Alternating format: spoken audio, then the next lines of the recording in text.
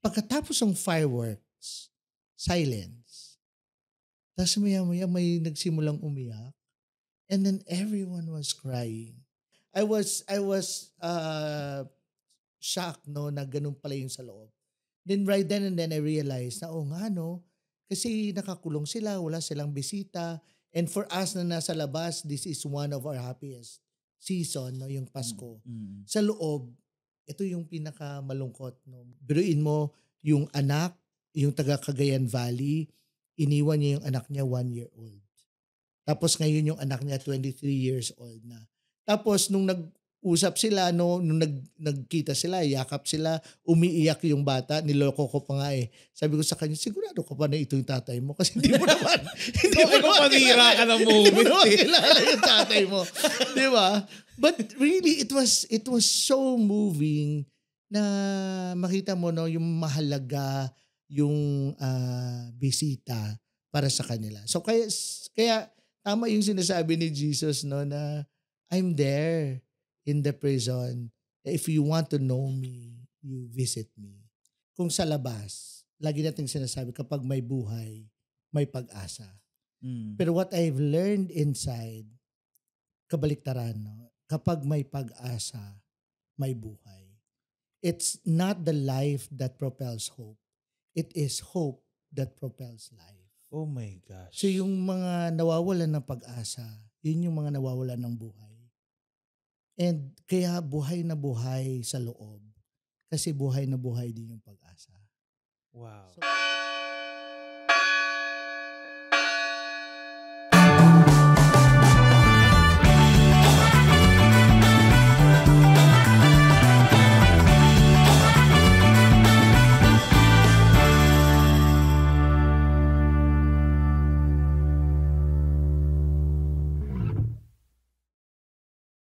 Hello everyone, we are back at the Padscast and today is a landmark event dahil for the first time ever, may kasama akong Jesuita on the show. ay, grabe. You are the first Jesuit on the Padscast. Oy, maraming salamat. At historical pala itong show. Oo, historical tong to. episode mo. Hindi ko akalain kung paano nag-align ang stars at ang planets. Ay, grabe. But we are so blessed to have on the Padscast Father Junji. Hello, Father. Thank you, Father Albert, for inviting me. And historical din to para sa akin. Bakit? Kasi first time din ako na-invite dito. But really, it's nice to be able to tell about how the Lord had called me into this work, no, or into this ministry. And especially part of being the Jesuit that I am, and to share my vocation story and the ministry. Oo nga. Sabi nga, sino ba speaker, narinig ko to, one of the most marvelous creatures the Lord has created are the Jesuits. Ay, grabe. Sila lang yan. Kasi napaka-mysterious. Hindi alam ni Lord kung ano ang iniisip nila. Hindi na. So you know the quote. Yeah. So, Father, can you, I know I didn't give you justice, so can you introduce yourself to our listeners and viewers? Yeah, I'm known to be Father Junji, but my real name is Firmo Bargayo Jr. So Junji, given by my parents. So that's a junior or Jun dahil junior, G dahil guwapo, ganyan. Huwag niyo ikat to. Huwag niyo ikat. Oh my God. Parang nagsisisin ako sa ginagawa ko. And alam ko, marami kang followers, people watch you in many platforms. So ano yung mga yun? We have this program, we call it Chaplains on Air, in Radyo Katipunan and in our Radyo Katipunan. Kasi chaplains kami. I'm a chaplain of New Bilibid Prison. Wow. And then my partner in the program is Father Henry Ponce. Dati, before he went out for studies, siya ay chaplain naman ng Philippine General Hospital. So when we created the program, we called it Chaplains on Air. Kabatchmate ko ba si Father Henry? Yeah, Di na Mark Lopez? Yes, Mark Lopez. Oh, yung kabatch ko nga siya. Naghalo-halo na kabatch kasi mo siya. yung mga sa graduation. Oh, Kasi yes. yung, diba, magulo sa LST kung saan tayo nag-aral ng theology pareho. Nag-mix and match yung mga batches. Yung levels, no. Dahil iba-iba tayo ng programs per congregation. So when I started, iba yung mga kabatch kong Jesuita. Sina Father Neo, Father Ernald, yan. Sina Bros. Yes. Na very colorful group of people. Ay, makulay ang buhay. As in paggagamit ko sina Mark Lopez. Kasi sila yung a year long. Kasi may ano kayo, no? May break. Yes, may 1 year break. Exactly. O yun. So meron ka ring radio show na di hamak na mas pinapanood kaysa dito. Hindi naman. Salamat at pinaunlakan mo kami. Kahit ito lang kami. Hindi naman. Ano lang man naman yun. Ano lang yun, it started during pandemic that on a Mondays, we call each other, kami ni Father Henry. Tapos wala kami ng tawa, yung pawala problema ba. And so we thought of, why don't we do this live? So that we can include our friends in our laughter, in our conversation. And so we tried it. Pumatok siya. So hanggang ngayon, I love it. So pareho lang pala tayo ng ginagawa, tumatawa lang. Ganun lang. Programa na siya. Di ba? Hindi tayo tumatanda. Kasi tawa lang tayo ng tawa. Ako parang iba eh. Okay, sige Father, nabanggit niyo po yung pagiging chaplain niyo sa Bilibid. But we'll get to that later. Yes, later part. I'm sure it's very interesting. Lalo na ako yan yung isang mundo na like siguro 9 out of 10 people wala kaming inside view or experience na direct with that. So mamaya i-unpack natin yan. But you know, here in the podcast, lahat ng religious pare na dumadaan dito, kailangan magkwento muna ng alam mo na to. Siyempre, standard question to eh. Your vocation story. Kaya, first time to na episode, magiging 5 hours yung episode na to. So, ano pa, hindi, kinakat namin yan. So, part 1, 2, 3, 4, 5. Kinakat pala. Oo, hindi naman. Grabe naman sa listeners kung 5 hours. Sige, Paz. Ano yung, ano niyan? Summarized version. Hindi, actually, when people would ask me, bakit akong gusto magpare, tapos bakit Jesuita, I'm always brought back to my experience in East Timor. I was a full-time pastoral worker for Youth for Christ in the Ministry of Couples for Christ. So parang full-time ka? Yes. So after graduation, I worked for some time and then I volunteered to be part of the parang missionary, lay missionary. Yeah. And I was assigned in East Timor because at that time, the Couples for Christ opened its mission in Africa. So I applied, but the country that I'm supposed to go to was not ready at that time. So I was floating in Manila and then here comes Borneo East Timor Mission Center. Open up. So ako yung napadala doon together with Tina Santiago, now Rodriguez, no? So kasama kami. Yes. Okay. Okay, and si Anthony wala pa sa picture. Sila na yan, dalawa. But oh my gosh, what a small world. So I was with Tina and we were 2 years in Borneo East Timor Mission Center. When they asked me about this vocation, that was when I was in East Timor that I heard, I think the Lord had told me that pwede kang magpare. Kasi ever since I was thinking of Couples for Christ, no, 'di ba? So parang couples, yung ganyan, you prepare mga GG, ganyan. Oh. At that time I had a significant other and preparing for more intimate roles in life. More adult roles. Adult roles, di ba? But really, it's I think it was when we were in East Timor that parang klaro yung boses ng Diyos na, uy, pwede kang magpare. It was that time, it was 2001 when we were there and kaka-receive lang nila ng independence, the country. And then when you go there, the houses were dilapidated. And I remember one time, I was with the Salesians, not with the Jesuits. And one time, Father Jojo San Juan was our companion at that time. he was telling us that if you want, you can join us. You can join me in a mass sa upcountry. So sabi ko sa kanya, sige Father, no? So we went there, and I think it was one of the most romantic mass I've ever attended. Wow. It was gandang word no, romantic. yes. The church was dilapidated. The roof was about to collapse.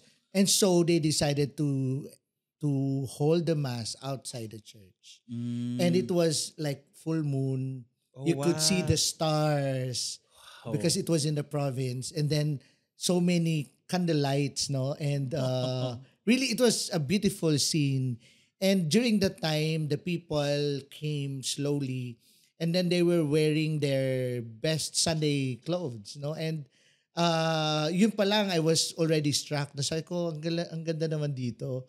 And when they started singing, I felt like, wow, it's not because they have a good choir, beautiful voices, but really it was really coming from a hearts, no, from their hearts, really praising the Lord. And I was just awestruck at the back, and I cannot but cry. No, yung parang sabi ko, it was so beautiful, and I felt like if I'm the Lord, parang I'm so touched, ganyan. And the entire mass, I was just at the back, mesmerized, amused of what's happening, and crying, no? And I remember after the mass, ano na yun it was around 9 o'clock in the evening. Ano to, regular mass? Walang feast or something? No, it's an ordinary mass. And because it's far, and when we were about to go home, I remember it clearly, though I cannot understand Tetum, their language. But I felt like I understood what they were talking about. The Father Jojo and the head of the village. And I felt like the head of the village was telling Father Jojo, Father, when is the next mass? And then Father Jojo said that, I will just call you. And maybe you can send someone to the seminary where he stayed. And we can arrange. And you know, from where we were for that mass, tapos papunta doon sa seminary where we stayed, siguro mga an hour trip, no? It's a rough road drive. And I felt at that time when they were talking, sabi ko kulang talaga ng pari. Sabi ko, in my mind ko parang kulang ng pari. Tapos sabi ko, sino ba pwede magpari? So iniisa-isa ko yung mga friends ko. Tapos sabi ko, tumuro ka muna sa iba. Mga friends ko pa yung tinuro ko. Tapos na-realize ko, pwede din pala ako magpari. Yung, ako din pala pwede magpari. Then sabi ko, Lord, wag ako. Kasi sabi ko sa kanya, I do not know this kind of life. Kasi, so you never imagined? Never imagined. Hindi ko lang alam ko. Kasi hindi naman ako laking simbahan din eh. I didn't grow up, I studied in a Catholic school, pero hindi naman ako, yung college ko, State University. So, hindi ako ma-religious person, no? Kaya nga, yung una ko naisip, yung mga kaibigan ko na nakikita ko na pwedeng mas magpari sila kaysa sa akin. But then that time, I felt like, pwede pala ako magpari. And I was telling the Lord na wag ako, no? That was the first time that I felt like I'm being asked. And I really knew for sure my answer was no. And yun yung, sa tingin ko yun yung simula ng lahat. No, buwabalik ako doon pag tinatanong ako. And it was parang sabi ko nga, no, it's a beautiful moment wherein parang sinasabi ni Lord na, ayan ha, ito yung pwede mo maging buhay. And I remember it when we were going home, uso nun yung movie na Tanging Yaman.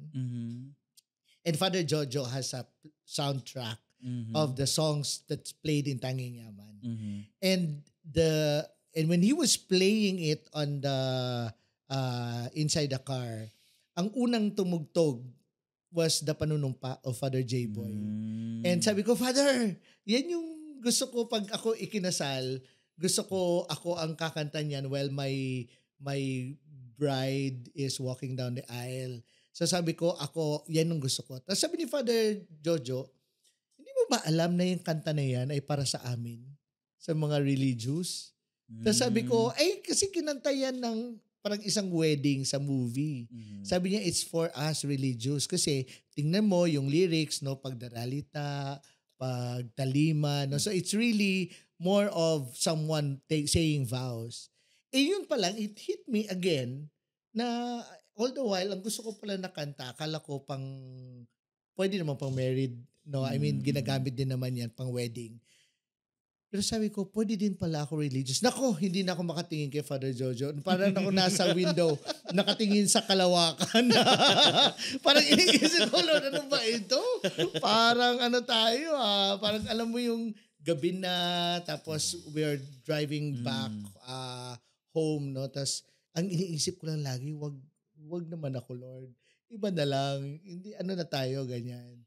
And since then, I think the Lord was medyo makulit and many instances that I was asked. And I don't know, it took me another 2 years before I really considered joining priesthood. Wow. Imagine, laki ka palang Youth for Christ. No? Pareho pala tayo. Ako nga galing pang Kids for Christ eh. Ay, pero sa CFC Ministries, mabunga talaga kayo sa bukasyon. Diba? Oo. May ano siya, meron talagang ano. Oo, di ba? Dami. Meron na nga CFC Clergy for Christ daw. Ganun. Yeah. So from there, paano yung Jesuits? How did that come into because I was working full-time. And I was, kami nila Tina, pinatawag kami ulit sa Manila. And I was already there in Manila. And I remember one time, because our office is in Ortigas and our mission house in Tandang Sora. And pag nagko-commute, EDSA yan, sakay ng bus, ganyan. But at that time, it was a lazy Sunday that I felt like, gusto kong mag-taxi. No? Yung parang, sige, taxi. And then the taxi cab drove, dumaan siya ng Katipunan. And I saw on the big billboard, it says there, vocation seminar, a discernment seminar, tapos yung oras, 8 to 4 p.m., and then free registration. Sabi ko, subukan ko kaya to. So I entered. So kumbaga, sinabi ko sa taxi driver, na dito na lang tayo. Then and there na ba yun? Yung vocation? Yun na agad. O yung that day. Kaya sabi ko, it was really... Chinek mo ba yung driver? May baka may pakpak siya. Di ba? Imagine. And pagpasok, no? And we went to garage yung venue namin at that time. So we went there. But what was peculiar was after the vocation seminar, alam ko na hindi ako pang Jesuit. So yung meron niyang fill out ka, so sinabi ko talaga doon na hindi ako pang Jesuit.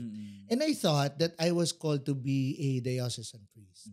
So in my mind, puro ano yan, parang, sige, magtingnan ko yung Holy Apostles, Senior Seminary, tapos kung saan man no, ng mga diocesan seminary. So akala ko doon ako. Pero when I was applying for Holy Apostles, sabi doon na I have to wait for another year kasi medyo late yung application. And then sabi ko, ito na yun eh. Parang wala bang program for me na ganyan. And then I recalled yung Jesuit, yung seminar na inatinan ko. Meron silang discernment house. So sabi ko, why not join them? So I called Father Xavier Olin, now our provincial. So sabi ko sa kanya, sorry, in my sa form that I filled out, sabi ko doon hindi ayoko na magpa-follow up. Pero sabi ko, I felt like I need guidance in my discernment. Tapos sabi ko, alam ko na merong Arviso House. Baka pwede akong sumali sa program. Just for the discernment. For discernment. Pero ang bilis kasi when I said that to him on a Sunday, Monday, I was already attending the open house. And then Wednesday, I was taking the exams. Friday, parang isang linggong pag-ibig. Friday, I had my interview.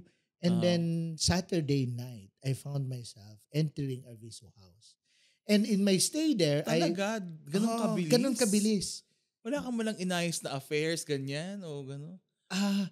I think, ang deal ko kasi kay Lord, kasi di ba, I had a significant other at that time. Sabi ko, Lord, kung ito talaga yung tawag mo sa akin, ayusin mo. Ayoko nang iyak-iyak ha. Ayoko nang wala masyadong ganyan. Hindi ko na naisip yung mga, pwede pa lang gumanon kay Lord ha. Diba? Pero I realized, that was February 14 when I said that to the Lord. And exactly after 2 years, I submitted all my requirements in my application nga for the Society of Jesus. Kumbaga, February 14 din. But when I look at it, no, inayos din Lord kasi yung significant other ko nag-mission din siya abroad. Siya yung natuloy sa Africa and many things had parang unfolded and being revealed. And ito nga, ang bilis. And then when I found myself inside the program, na-realize ko, ito pala yun. Ito pala yung gusto ko din. No? And then, eventually, I applied for the Society of Jesus. Pero pag titingnan ko siya, wala siyang yung plano, walang no strategic planning, walang mga ganon, walang mga, as in, sa tingin ko, the Lord knew me so well. At alam niya kung paano ako hulihin. And nahuli ako. So, kumbaga, I was brought to a place where I found myself na ito talaga pala yung tawag for me. So, kaya ako napunta sa mga Jesuits. Amazing. No? Kasi nga first kang Jesuit no, sa aming programa. So we don't wanna presume na alam nung mga tao. No? Pwede mong mabilisan lang. So anong nakita mo sa Jesuit? Ano ba sila? Anong ganyan? How would you describe the most mysterious couple? Hirap. I'll quote, siguro what really struck me was the quote of later on with Pope Francis when he said that sinners yet called. That whatever you have as a person is part of the calling. Parang gano'n, no? So like, for example, if part of your human history, you graduated ganito, no? And kumbaga, that's part of your calling. And for me, I'm really, nakita ko na, ito gusto ko. Second, gusto ko yung sense of mission. Kasi nga, di ba, I was full-time pastoral worker for Youth for Christ. And I was so attractive with yung foreign mission, yung ganyan. So what attracted me at that time was the mission to China, mission to Cambodia, yung gano'n. No, sabi ko, mission to East Timor, kasi may mga Jesuita din sa East Timor. Sabi ko, pwede din ako nito. No? So I would want to. And then I realized na yung pagiging gusto ko lang ng pagiging diocesan, kasi I'm an only child. So sabi ko, doon lang ako sa lugar ko kasi I would want to take care of my family. But deep inside me, gusto ko yung mission ganyan. So sa tingin ko, that's the one that attracted me in the Society of Jesus. And lastly, yung siguro siya, yung mabilis, yung like for example, si Father Xavier Olin, pag sabi ko ganyan, reply agad, no? So, hindi, parang may sense of urgency. Yung hindi yung, siguro, like example, yung nag-apply ako for the Diocesan Seminary, yung you have to wait for another year, yung parang gano'n. So, ito, ang bilis, no? And I think it's consoling to hear that I am discerning, but at the same time, the Society of Jesus also is discerning for me. So parang dalawa kaming nagdi-discern. So parang there's security na pwedeng ako magkamali, pwede din sila magkamali, but at the same time, yung discernment we go together. No?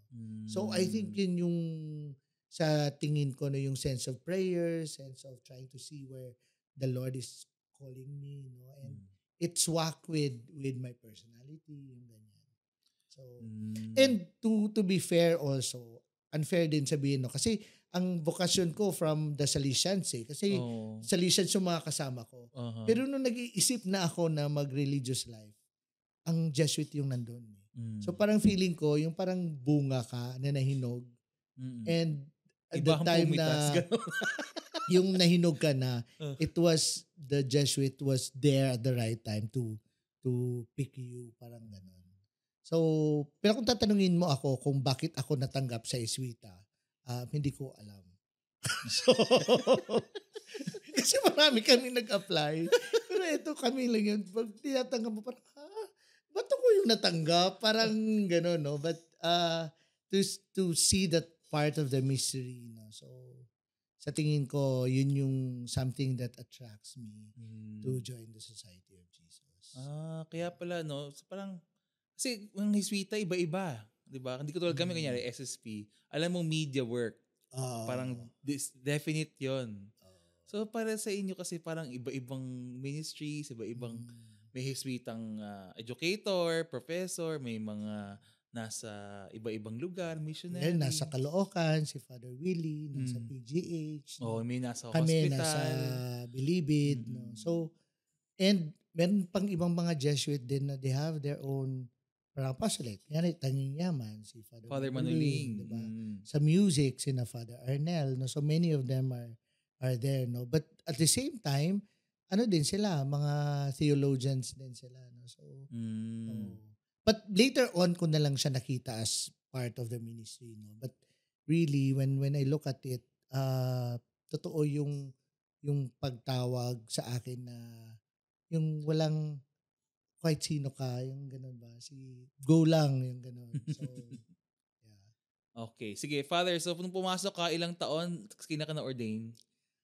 I entered 2006 and I was ordained 2018. So it took me 12 years. Mahaba rin. Normally, it's 11 years sa amin. No? But, parang feeling ko kasi mas maiksi pa. Mahaba rin pala. Kasi sa amin mahaba talaga. Mahaba. Pero, well, we are one of the slow learners. So, mahaba yung... Ano yung remedial class? So, yun. So, kasi, di ba, when wala kaming aspirancy, but our novitiate is 2 years. So, novitiate namin 2 years, and then first studies 3 years, that's 5 years. Then, regency. Regency is compulsory for us. So, you would be able to work as a Jesuit. Ako, swak din siya sa desire ko. Kasi I was sent to Cambodia for my regency. So, I was there for 2 years. So, after 2 years... Galing ka na mission, pinag-mission ka pa? So, buti na lang din. So, and after 2 years of regency, then 4 years of theology. And, yan, pag kinount mo lahat, that's 11 years. And then you're ready for ordination. But for my case, I was delayed for another year. So, kaya 12 years ako. Tapos sa inyo, di ba, hindi na uuna yung perpetual profession, yung final vows? Yung kasi final... sa amin na uuna bago maging pare. Yung final vows na sinasabi namin, it's not the perpetual vows. Kasi yung simple namin, it's already perpetual. So, hindi ka nag-renew, ganon? Hindi na renewal ang tawag. It's renovation of vows. Ang bongga. Para alam mo naman si Ignatius, pauso si Ignatius eh. So, pag after novitiate namin. May aayusin. Renovation. So, hindi kami nagre-renew every year you renew, no. It's perpetual na yun when after novitiate, yung aming 2 years, after nun, when we take our vows, that's simple and perpetual. I see. So, ano yung tertianship program pa? Tertianship, yun yung last formal formation na dadaanan ng mga Jesuita. So, that's after siguro 5 years after being a priest onward. Or yung mga brother, after their parang second studies, no, yung theology. Pagkatapos nun, mga 5 to 7 years, then you're invited for tertianship. So after tertianship, ito na yung invited ka for final vows. Yung final vows namin, yun yung full incorporation sa Yeah. Society of Jesus. I see. So, Pinapa-layout ko lang kasi nga baka yung may mga nakikinig na interested. Baka ito yung paraan nila para mahuli sila ni Lord. Yes. Itong podcast na ito. Malay natin. Diba? So at least alam niyo yung pinapasok nyo. Oo. Ganun pala yun. O sige. So Father, after that, you were assigned your first assignment. Yes, my first assignment is doon na agad, no, as a chaplain in New Bilibid Prison. We have an organization, we called it Philippine Jesuit Prison Service. It's a foundation, an NGO, non-government organization. That's it's a social pastoral apostolate to the Society of Jesus. So pinapadala kami doon. No? So, dalawa kami Jesuita. We are part-time chaplains sa New Bilibid Prison, but actually, we are working as development workers, no, as part of the institution. So, simula nung na-ordain ako 2018 hanggang ngayon, doon ako. Grabe, napaka-loyal and faithful. Sentensya. Nasentensyahan ako ng reclusio perpetua. Hindi naman, malay naman natin. Sige, Father. So, kasi, dyan ako talaga pinaka-curious. No? Kasi since like most people, we don't really have any direct experience, encounter with prison, people deprived of liberty. Tama ba? PDLs. Yun yung tamang term, di ba? Hindi, preso. Ganyan. So, ang alam lang namin dyan, nakikita namin sa movie or sa balita, no? So ikaw, as someone who is working there directly, no? So, can you give us a glimpse into this world? Siguro context, no? Where we are at is New Bilibid Prison. Kasama namin na pinaglilingkuran yung correctional institution for women, yung CIW. Yung New Bilibid Prison sa Muntinlupa, ang CIW dyan sa Mandaluyong. So kaya pag taga Mandaluyong ka, ang tanong lagi, taga saan ka? Sa loob o sa labas? So dalawa yung loob. Yung loob, yung mental hospital or kami sa correctional institution for women. So yun yung laging no. But kasama yun sa amin. So if you look at that, itong kami, compare sa mga jails.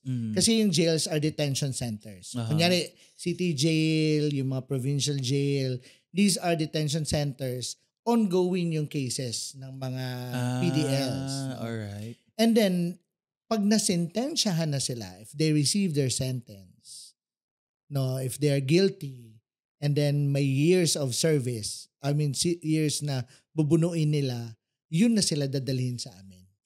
Okay. So, yung mga PDLs na meron kami are those who are already sentenced. So, pwede silang mag-appeal, pero mga sentensyado na lahat. So, if you go to New Bilibid Prison and CIW, sa ngayon, no, meron kaming around 30,000 PDLs sa NBP and CIW.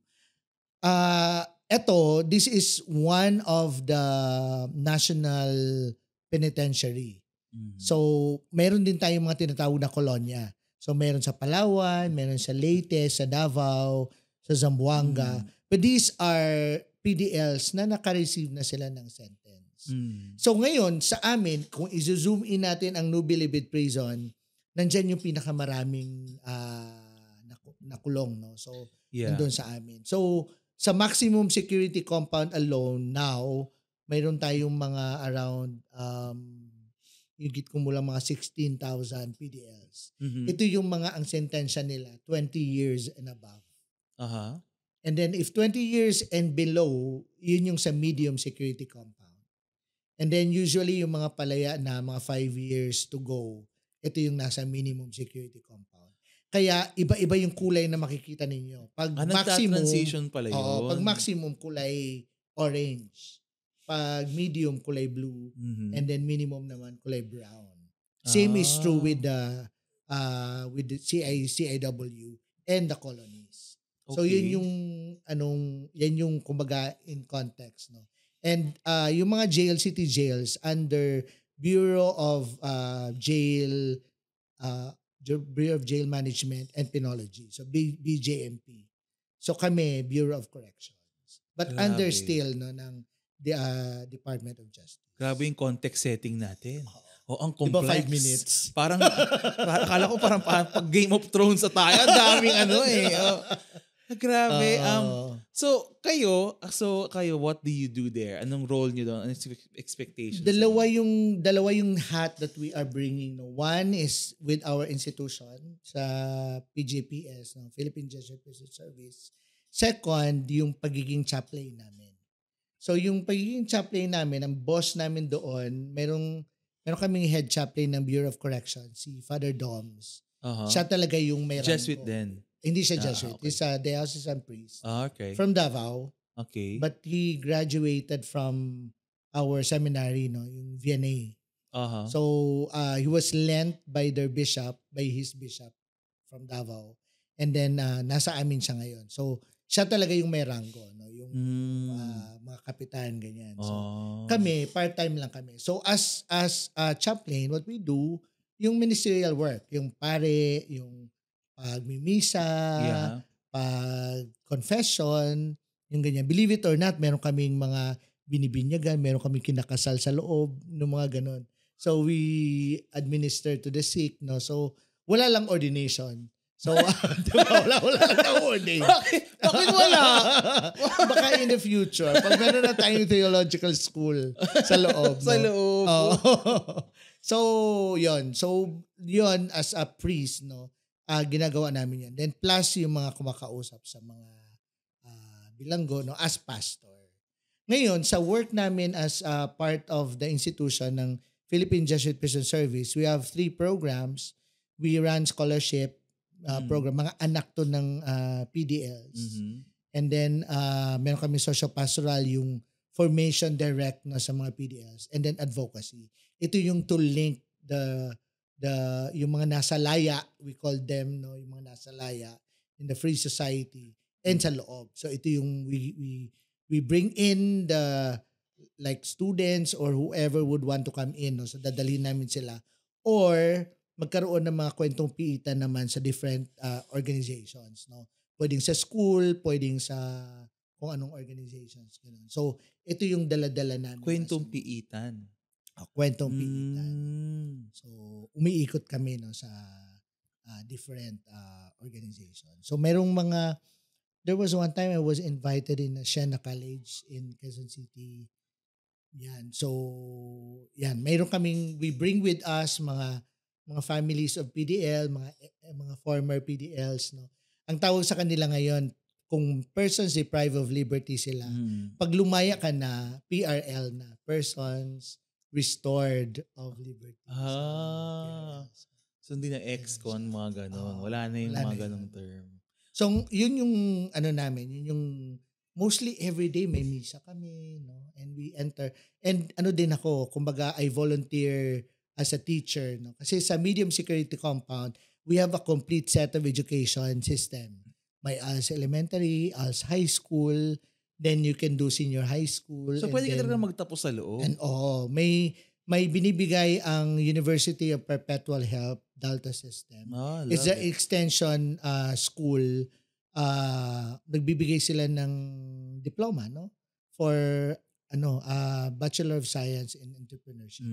So ngayon, dahil ang background ko accountancy, so I'm teaching also ngayon fundamentals of accounting. Talaga? Yes.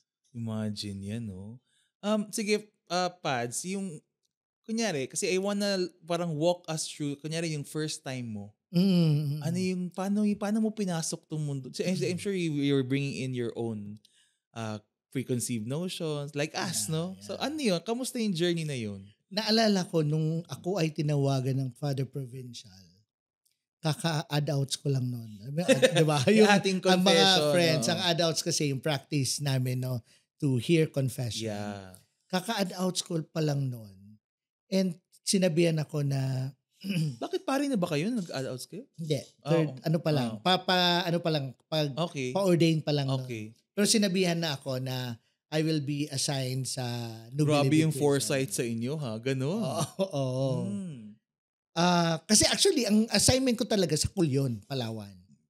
But it changed. Kasi nga, yung assigned doon si Father Ro, pupull out siya and then dadalhin siya sa school. Tapos ako yung papalit. So, nung tinawagan ako ni Father Provincial, hindi ako natakot sa tao. Wala akong, hindi man ako matakotin sa mga ganyan. No? Pero because dahil kaka-add outs ko lang, mas natakot ako makinig ng kumpisal. Kasi sabi ko, ano kayang maririnig ko paano dito? kung maririnig ko dito, di ba? Sa add-outs, pinagpapraktisan natin yung mga words na confession. Ito, iniisip ko, kung si Lord maawain, ako, hindi ako ganun ka maawain. Maawain pa din, pero hindi ganun, no? Parang sabihin sa iyo na, Father, forgive me kasi nakapatay ako, tapos hindi lang isang pinatay ko, ganito, ganyan. So, paano yun? Mabulok ka dyan.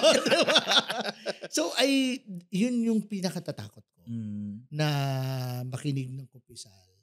And, alam mo si Lord, yung, ang tawag nun, yung teaser ba? Yung nangungutya. Yung, kung saan ka marupok. Oo, kasi yung unang-unang pasok ko sa medium security compound.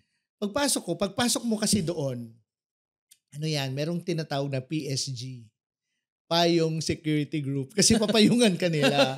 So, bakit?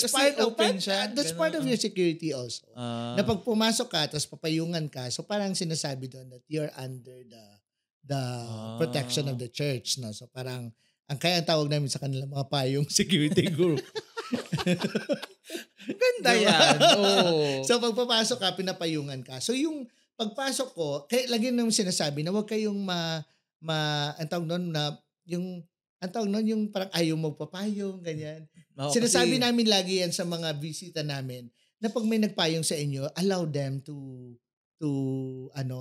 make payong you. Make payong, oo. Diba? Kasi, very Atenean make payong you.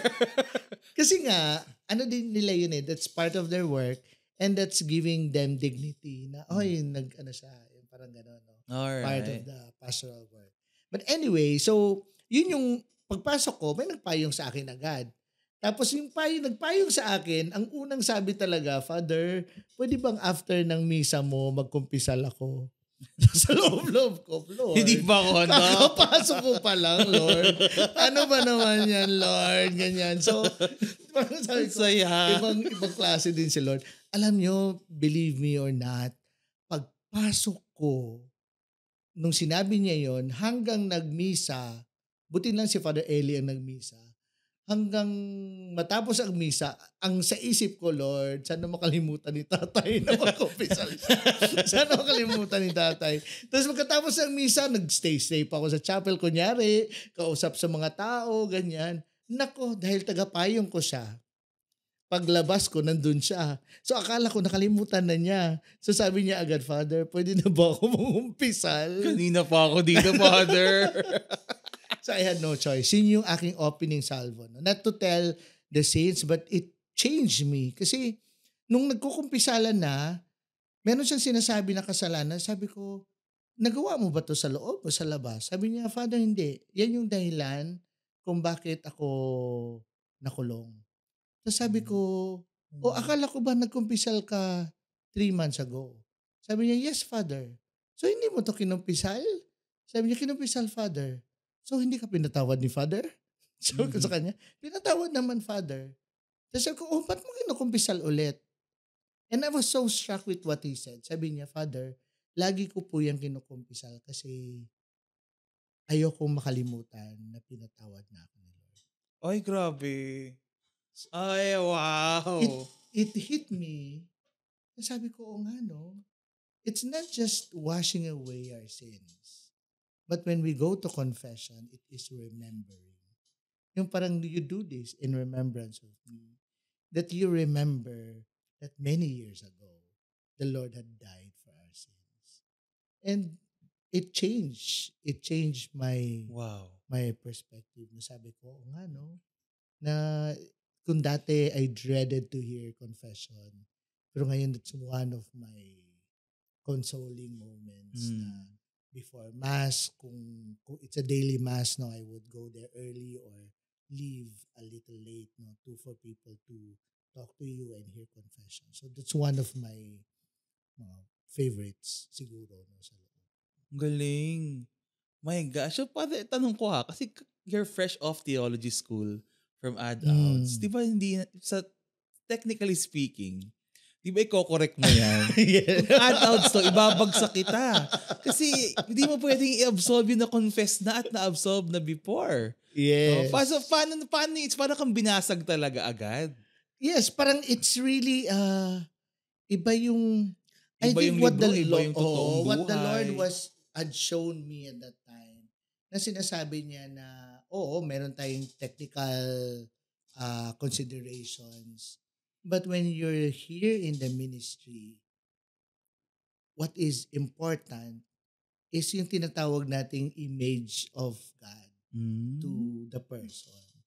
Na yung, and it's a beautiful image for me to hear na alam niya na pinatawad na siya ni Lord. Pero alam niya din yung kahinaan niya that I will forget. That kumbaga in a way, no, nakakalimutan ko yan. Which is, kumbaga that's our tendency, no? Yung even our sinning, nakalimutan natin na ito yung tawag sa atin na maging mabuti, maging ganyan, no? And in given this, I think it's a beautiful theology to see that the Lord had died for us. The Lord had washed away our sins. Diba ransom? His blood had ransomed us.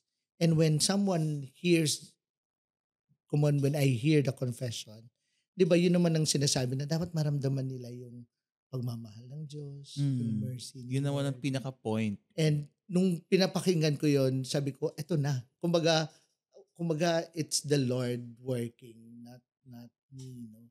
Na it's really about showing that who we are, sinful, but who God is at the same time, the God who is merciful and forgiving. Parang gano'n. Ganda. Ako. Grabe, parang kota na ako dun Isang kwento mo lang.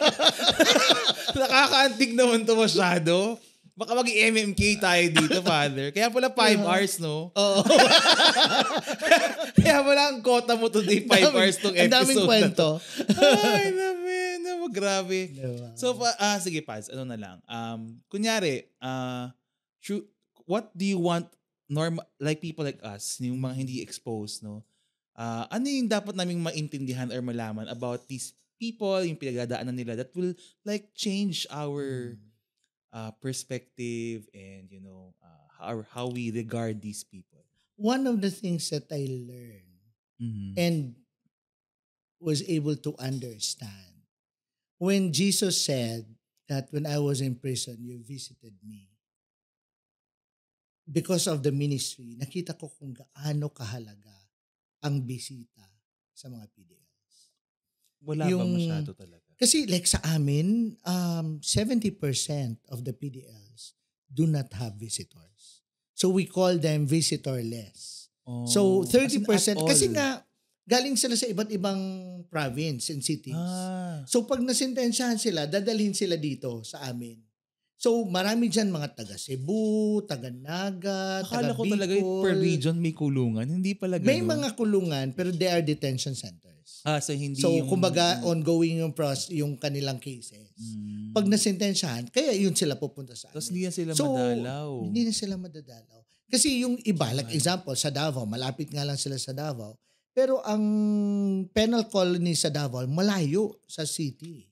So kumbaga, you still have to travel, gagastos ka, kung mahirap yung PDL natin, at saka yung pamilya.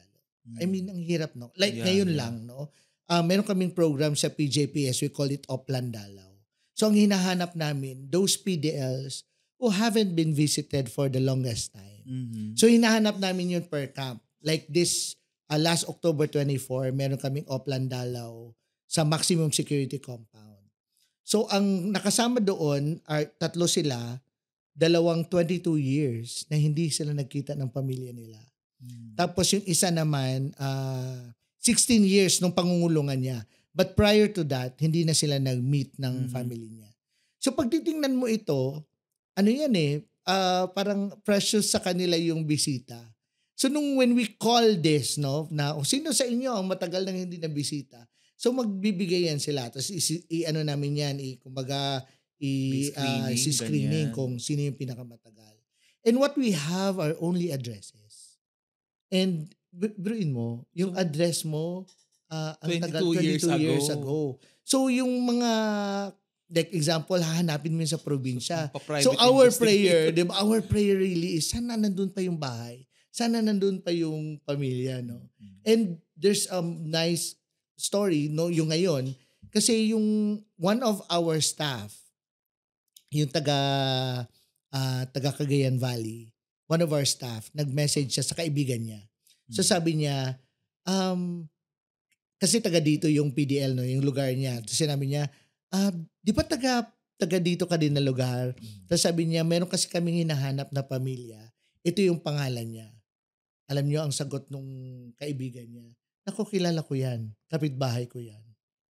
So we were able to find right away yung family. Yung taga Jensen naman, dahil taga Jensen ako, so sinabihan ko yung kaibigan ko na puntahan sa lugar, no? And yung kaibigan ko, nagsakay siya ng tricycle, tapos kung saan siya bumaba, yung unang bahay na tinanungan niya, yun na yung bahay ng PDL. So it's really, there's that movement ng divine providence ni Lord siguro, you may call it, no? Pero ako naniniwala ako that it's an answer to the prayers of the PDL to have visitors. And so we were able to bring them here, no? Biruin mo, yung anak, yung taga Cagayan Valley, iniwan niya yung anak niya 1 year old. Tapos ngayon yung anak niya 23 years old na. Tapos nung nag-usap sila, no, nung nagkita sila, yakap sila, umiiyak yung bata, niloko ko pa nga eh. Sabi ko sa kanya, sigurado ko pa na ito yung tatay mo kasi hindi mo naman, hindi mo naman panira ka ng hindi mo moment. naman kilala yung tatay mo. Di ba? But really, it was so moving na makita mo, no, yung mahalaga yung bisita para sa kanila. So kaya tama yung sinasabi ni Jesus, no, na I'm there in the prison. If you want to know me, you visit me. And kahit hindi mo sila kamag-anak, yung mga bisita namin, yung pag dinadala namin kayo, kunyari kayo, pupunta kayo, and you will be a visitor to the visitorless. Kasi yun yung preferential option namin eh. Yung mga visitorless. So pag pupunta tayo, ang makakausap nyo, mga first time silang nakatanggap ng bisita, meron tinatawag na call slip. So isusulat yung pangalan mo, tapos meron kang bisita, tapos papasok kayo sa visitors area. Yung iba doon hindi pa nakakapasok simula nung nakulong sila kasi wala silang bisita.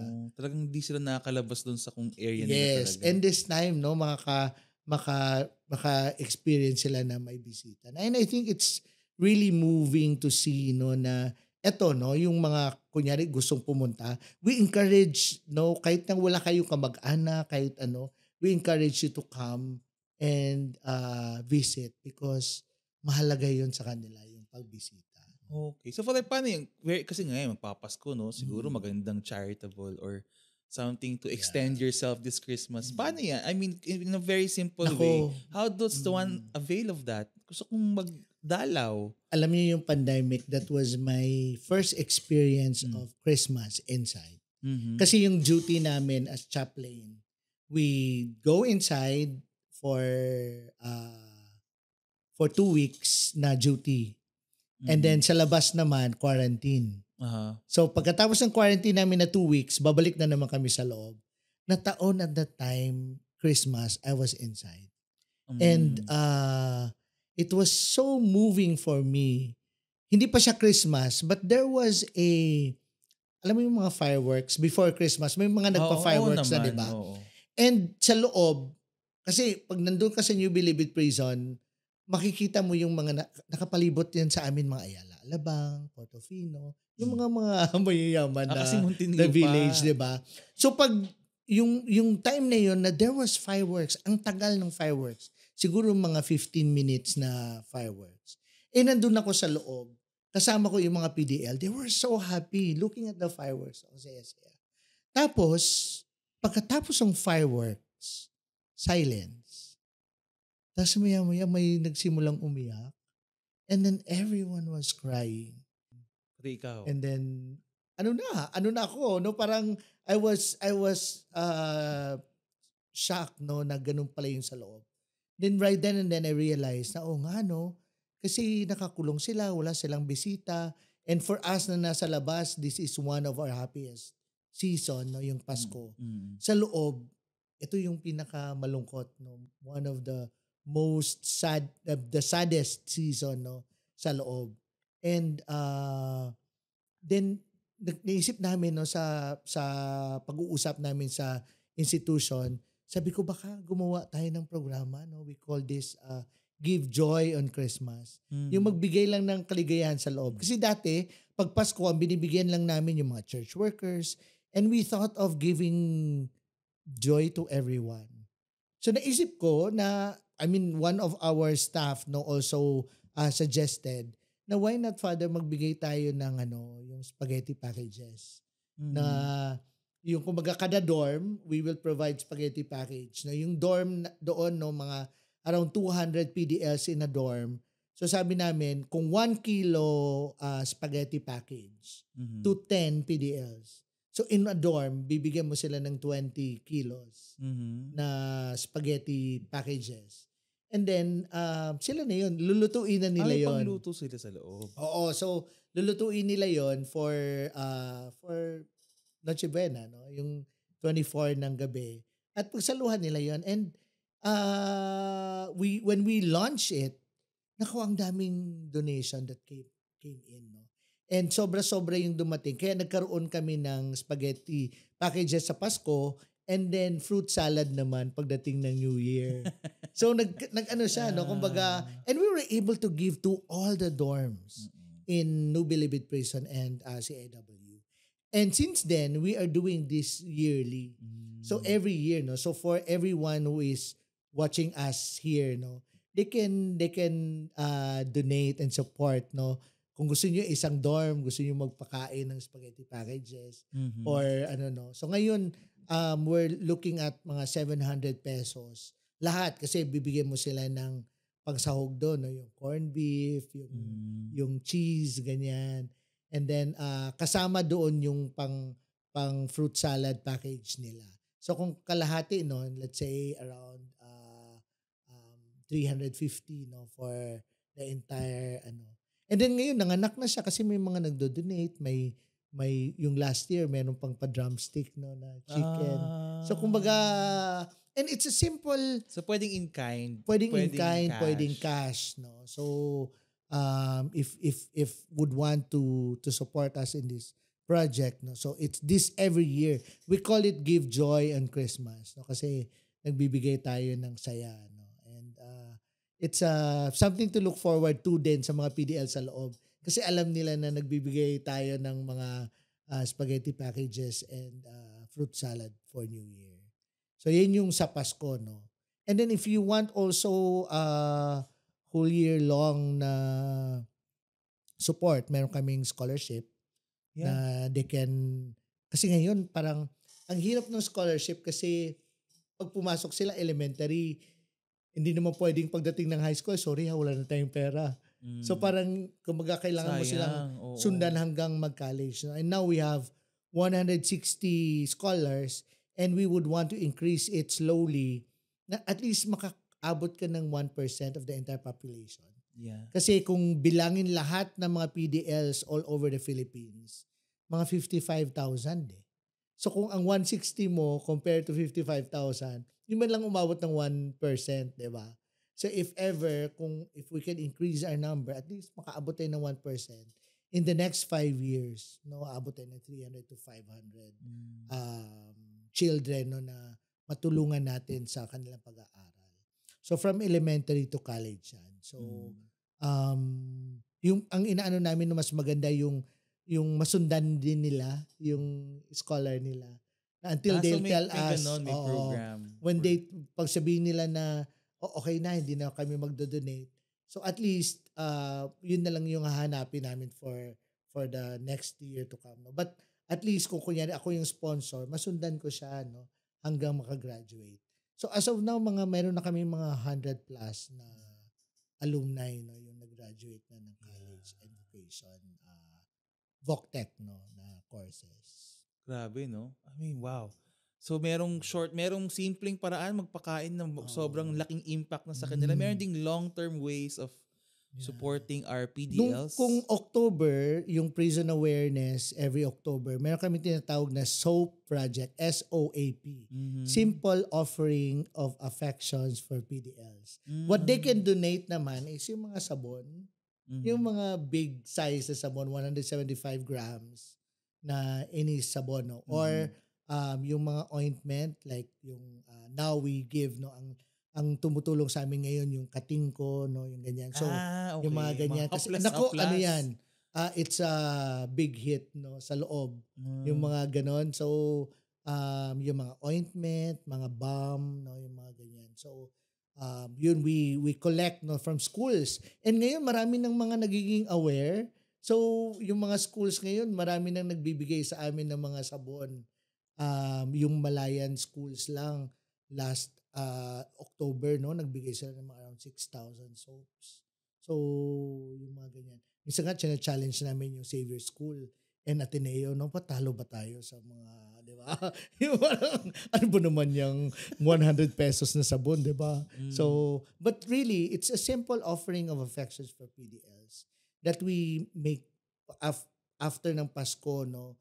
Ito din man naman yung, ano siya, simple lang, but we can tell our PDLs na you are not alone. We are here in your transformation, in your pursuit to be reformed. No, nandito kami, tutulong kami, parang ganun. Galing. Ay, grabe. Malapit na ito maging series ng podcast, no? Konting push na lang. Pero sige lang. One of the good things we've established sana ay nakapag-guest na tayo ng Jesuit at si Father Junji is always here. So alam ko mahihila ka pa namin ulit, di ba? On air kitang tinatanong on the spot para umuo.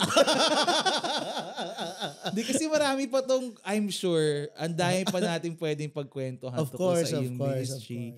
Ayun nga lang, ilan mong kinwento, parang ang bigat na eh. Parang very na siya sa puso. Nakakataba, nakakasiksik. Ayoko ng dugtungan muna. Tama na muna. Lumalaban, ang hirap yung luha ko nandito na eh. Gaganon na eh. Ayoko mawala ng poise sa sarili kong programa. So, i-reserve natin yan for your next. Yes. Yes naman. For your next guest. Ang tanong, i-invite mo ba ako? Oo naman. Pero Father, seriously, no, one takeaway that I have personally is I want to be more involved in your ministries, in whatever way we can. No, sana confession din ako doon. Yes. Or misa and whatever other programs that we can assist you with. But for now, of course, we'd like to amplify your call for all those programs. So don't worry mga kapaskas, we will put in the details in the captions how you can reach out to Father tungkol sa kanyang ministry. Na baka naman kung ano-ano pahingi pa kayo ng advice.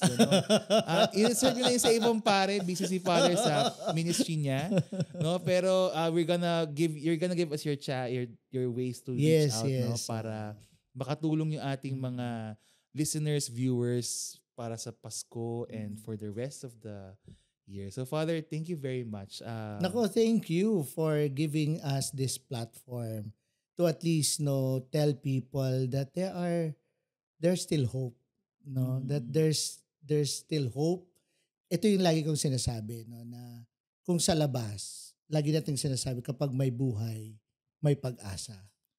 Pero what I've learned inside, kabaliktaran, kapag may pag-asa, may buhay. It's not the life that propels hope. It is hope that propels life. Oh my gosh. So yung mga nawawalan ng pag-asa, yun yung mga nawawalan ng buhay. And kaya buhay na buhay sa loob. Kasi buhay na buhay din yung pag-asa. Wow. So I think for everyone who is watching here, listening to us, you join us in this advocacy to give hope. Kasi hindi lang yung hope ang nabibigay natin. Nabibigyan natin ng buhay. Hindi lang yung mga PDLs, but also their families, but also the community. And we see that when they are transformed, then ito yung tinatawag natin na buhay yung pananampalataya na meron tayo. Yeah. And as church, I think that is the most important gauge, no, of who we are, no, yung how we care for talagang the least. Kung may contest ang sinong nasa laylayan ng lipunan, siguro parang mahirap siyang talunin yung mga PDLCT. Kasi sila talaga yung neglected, lost, mischaractered, ang sama-sama ng tingin natin sa mga nasa loob, na hindi na nakikita sa balita, sa pelikula. So it's so refreshing to hear this perspective, this conversation na ibang-iba. That is a beautiful gift that you gave to us, Father Junji. Thank you very much. Yan. So, Pads, babalik ka. Bukas, free ka. Agad. Ay, nako. But I know our viewers, our listeners, I'm sure they will be so touched that pipilitin nila akong ibalik ka kasi gusto pa nilang marinig yan. So, abang ka na lang, Pads. Ha? So, to everyone, thank you for viewing and watching. Medyo napahaba ang ating episode, pero I thank you for reaching this point. I just want to again appeal to you to follow and like our page, our Padscast page on Facebook. We are also on Spotify, on Apple Podcasts, and wherever you are listening your favorite podcast from, nandun po ang Padscast. So maraming salamat. Muli po ako si Pads Albert with Father Junji. And this is the Padscast powered by St. Paul's, and may God bless us.